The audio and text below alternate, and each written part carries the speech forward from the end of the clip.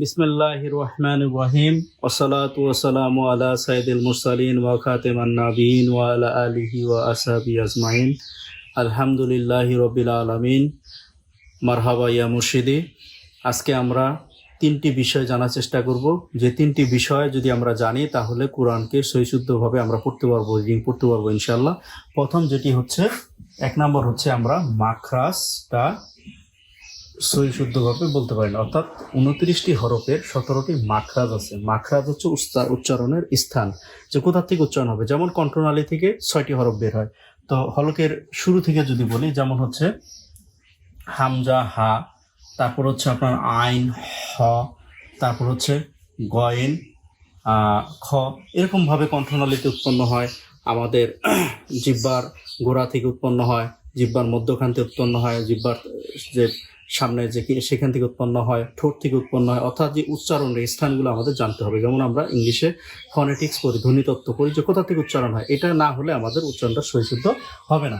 এরকম 17টি মাখরাজ আমরা জানলে আমাদের শুদ্ধ হবে। এর উপরে আরেকটি পরবর্তী লেকচার হবে ইনশাআল্লাহ। তারপরে হচ্ছে 2 নম্বর হচ্ছে হরফের আকৃতি, অর্থাৎ অবস্থান ভেদে হরফের আকৃতিগুলো পরিবর্তিত হয়। অর্থাৎ শুরুতে কিরকম থাকবে, তারপরে হচ্ছে মধ্য স্থানে যদি থাকে বা শেষে কি থাকে, শেষে সাধারণত মূল হরফের উচ্চারণ। যেমন আমি একটু উদাহরণ যদি বলি, যেমন এরকম ভাবে যদি দেই আমার বা, একই রকম ভাবে যদি আমি দেই, তাহলে আমি যদি এটা উপরে দিই নুন হয়ে যাচ্ছে।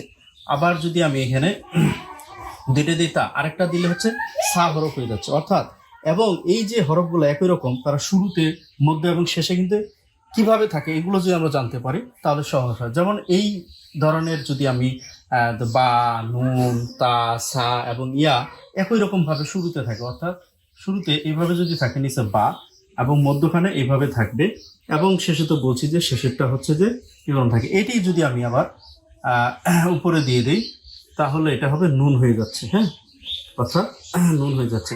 এটাকে আমি যদি 2টা নুক্তা দিই, তা হয়ে যাচ্ছে। এটা যদি 3টা দিই, ছা হয়ে যাচ্ছে। আবার আমরা যদি ইয়ার ক্ষেত্রেও একইভাবে যদি আমরা নিচে 2টা দিই, তাহলে ইয়া হয়ে যাবে। হ্যাঁ, অর্থাৎ এইভাবে আমরা শুরু, মধ্য এবং শেষ কিভাবে থাকবে অন্যান্য হরফের ক্ষেত্রে আমরা যদি জেনে নিতে পারি, তাহলে আমাদের জন্য সহজ হবে। তারপরে 3 নম্বর যে বিষয়টা, 3 নম্বর বিষয়টি হচ্ছে,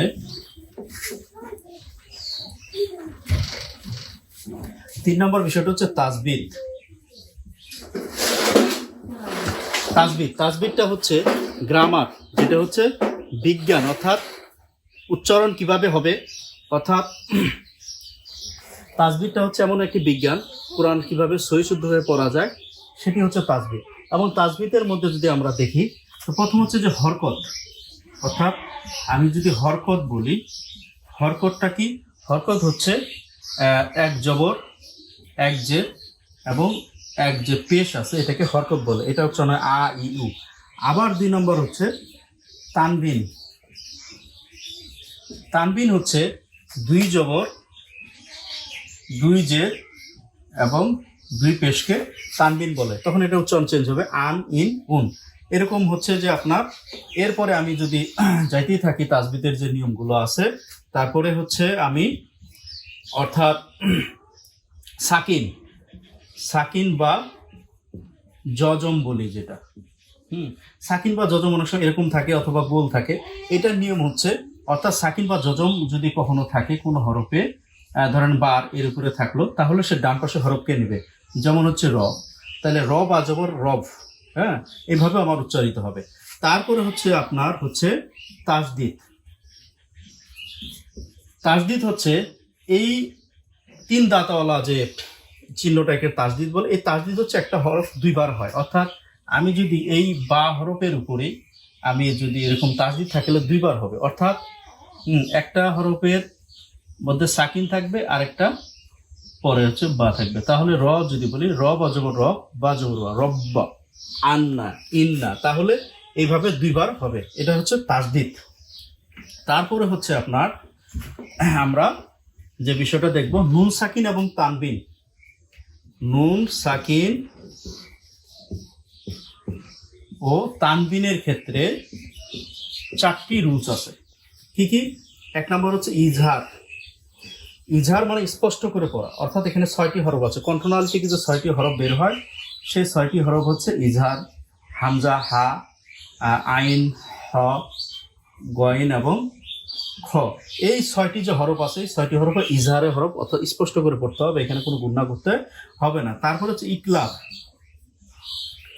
ইকলাব হচ্ছে পরিবর্তন করে, অর্থাৎ নুন সাকিন বা তানবিনের পরে যদি বা হরফ আসে তাহলে সেটা পরিবর্তিত হয়ে মিম হরফে পরিণত হবে, এবং এখানে কিন্তু গুণনা করতে হবে, অর্থাৎ নাকে বাঁশি দিয়ে পড়তে হবে। গুণনা একটু পরে আসতেছে, ইকলাব। তারপরে যেটা হচ্ছে ঈদগাম। ঈদগাম হচ্ছে মিলিয়ে পড়া, অর্থাৎ এইখানে মনে রাখার সিস্টেম হচ্ছে ইয়ার মালুন, অর্থাৎ ইয়া, র, মিম, লাম, ওয়াও, নুন। এই যে ইয়ার মালুন বলতেছি, এই হরফ যদি থাকে, এই হরফগুলো হচ্ছে ঈদগাম, অর্থাৎ নুন সাকিনের পরে, নুন সাকিন বা তানবিনের পরে এই 6টি হরফ যদি আসে তাহলে মিলিয়ে পড়তে হবে, অন্য হরফের সাথে মিলিয়ে পড়তে হবে। তবে এখানে গুণনার ক্ষেত্রে লাম এবং র বাদ দিয়ে বাকিগুলো গুণনা করা যাবে, কিন্তু লাম র ক্ষেত্রে গুণনা করা যাবে না। তারপরে 4 নাম্বার হচ্ছে ইকফা। 4 নাম্বারটা হচ্ছে ইকফা। ইফখা হচ্ছে অস্পষ্ট করে পড়া। ইকফা, এই ইকফা হচ্ছে অস্পষ্ট করে পড়বো, অর্থাৎ বাংলা যে 19 স্বর আছে 19 স্বরের মতো করে পড়বো, অস্পষ্ট করে পড়বো। অর্থাৎ বাকি যে 15টি হরফ আছে এই 15টি হরফ যদি নুন সাকিনের এবং তানবিনের পরে হয় তাহলে হচ্ছে এটা কি হবে, 19 স্বর অস্পষ্ট হবে, মিং, এরকম করে মানে বাসিয়ে দিতে আবার অস্পষ্ট করে গুণনা করতে হবে। তাহলে নুন সাকিন ও তানবিন গেল। এরপর হচ্ছে মিম সাকিন, অর্থাৎ মিম সাকিন। মিম সাকিনের ক্ষেত্রে মিম সাকিনের পরে যদি বা হরফ অথবা মিম হরফ আসে তাহলে গুণনা করে পড়তে হবে, আর বাকি যে হরফগুলো আছে বাকি হরফের ক্ষেত্রে মিম সাকিনের পরে কোনো গুণনা হবে না, স্পষ্ট আকারে পড়তে হবে। আচ্ছা, এখন হচ্ছে গুণনা কি? গুণনা হচ্ছে নাকে বাঁশি দিয়ে পড়া। তো গুণনা সাধারণত 3 ধরনের হয়, অর্থাৎ গুণনা যদি 1 নম্বর হচ্ছে ওয়াজিব গুণনা, যেটা অর্থাৎ নুন এবং মিমের উপরে যদি তাসদিদ থাকে তাহলে সেটা ওয়াজিব গুণনা হয়, অর্থাৎ গুণনা করা ওয়াজিব হয়ে যায়। তারপরে 2 নম্বর যেটা আমরা পড়ে আসলাম এর আগে, নুন সাকিন তানবিনে যে রুলস করছি, অর্থাৎ ইজহারের 6টি হরফ এবং ঈদগামের লাম র 2টি, এই 8টা হরফ বাদ দিয়ে বাকি যে হরফগুলো আছে প্রতিটার ক্ষেত্রে গুণনা করতে হয়, এটা একটা রুলস। আর 3 নম্বর রুলস হচ্ছে মিম সাকিনের পরে বা এবং মিম আসলে সেক্ষেত্রে গুণনা করতে হবে। অর্থাৎ 3 ধরনের গুণনা, ওয়াজিব গুণনা, বাকি যে গুণনার কথা বললাম সেগুলো আমরা এখানে গুণনা করতে হবে। আন্না, ইন্না, অর্থাৎ নাকে বাঁশি দিয়ে গুণনা করতে হবে। আচ্ছা, এরপরে হচ্ছে আমার যে জিনিসটা হচ্ছে কলকলা। কলকলা অর্থাৎ কলকলা মানে হচ্ছে প্রতিধ্বনি করা, অর্থাৎ ইকো করা। ইকো করে উত্তর হয়। কলকলা ধ্বনি হচ্ছে 5টি। তারপরে কফ, ত, বা, কপ্ত বা, তারপর হচ্ছে জিম এবং হচ্ছে দাল। এই 5টি হরফের ক্ষেত্রে যদি সাকিন থাকে, যদি কি থাকে, সাকিন থাকে, তাহলে সেক্ষেত্রে আমরা কলকলা করব, প্রতিধ্বনি করব, কিন্তু যদি তাসদিদ থাকে আমরা করব না।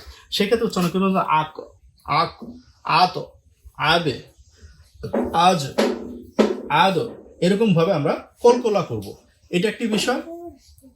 তারপরে যে বিষয় হচ্ছে ওয়াক্ক মাদের হরফ, অর্থাৎ মাদ মানে টেনে পড়া, অর্থাৎ আস্তে আস্তে না পড়ে টেনে পড়া।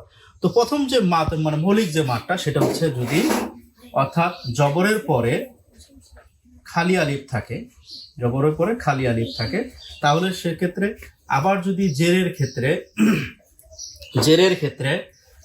ক্ষেত্রে সাকিনালা ইয়া আসে, অথবা পেশের পরে যদি সাকিনালা ওয়াও আসে তাহলে সেক্ষেত্রে মাত অর্থাৎ 1 আলিফ টেনে পড়তে হয়, এটা মৌলিক। এছাড়া হচ্ছে খারা জবর, খারাজের এবং যদি উল্টা পেশ হয় তাহলে সেক্ষেত্রেও 1 আলিফ টেনে পড়তে হয়। এছাড়াও আমরা যদি ওয়াক্ক একটু পরে আসবো, মাদের হরফগুলো যে ওয়াক্ক হয় 3 আলিফ টান হয়, এবং কোরআন শরীফে দেখবেন সাধারণত এরকম যদি চিহ্ন থাকে 3 আলিফ টান হয়, আবার যদি এরকম হয়ে থাকে তাহলে 4 আলিফ টান হবে। তাহলে ওয়াক্কর ক্ষেত্রে আমরা এগুলা এই ক্ষেত্রে আমরা কি দ্রুত পড়তে হবে, মাদের হরফগুলো হচ্ছে দ্রুত পড়তে, এর বিস্তারিত পরবর্তীতে লেকচার আমরা বলতে পারবো ইনশাআল্লাহ। এখন হচ্ছে লাস্টের যে বিষয়টা আমি বলতে যাচ্ছি সেটা হচ্ছে ওয়াক্ফ করা, অর্থাৎ ওয়াকফ।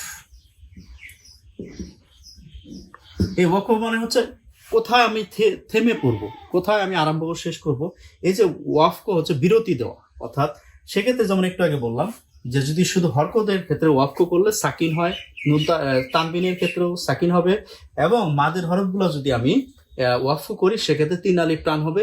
এছাড়াও দেখবেন অনেক সময় গোল তা থাকে, তাগুলো যদি ওয়াকফ করি সেগুলো হচ্ছে গোল হা যে আছে হার উচ্চারণ হবে। অর্থাৎ এই যে বিষয়গুলো বললাম মূলত 3টি জিনিস, 17টি মাখরাজ, তারপর অবস্থানগত হরফের আকৃতি, এবং পরবর্তী যেটা বললাম যে তাজবিদ। তাজবিদ মানে যে গ্রামার, যে রুলস গুলো, যে বিজ্ঞান, এগুলো জানলে আমরা হচ্ছে কোরআন সহিশুদ্ধভাবে পড়তে পারবো ইনশাল্লাহ।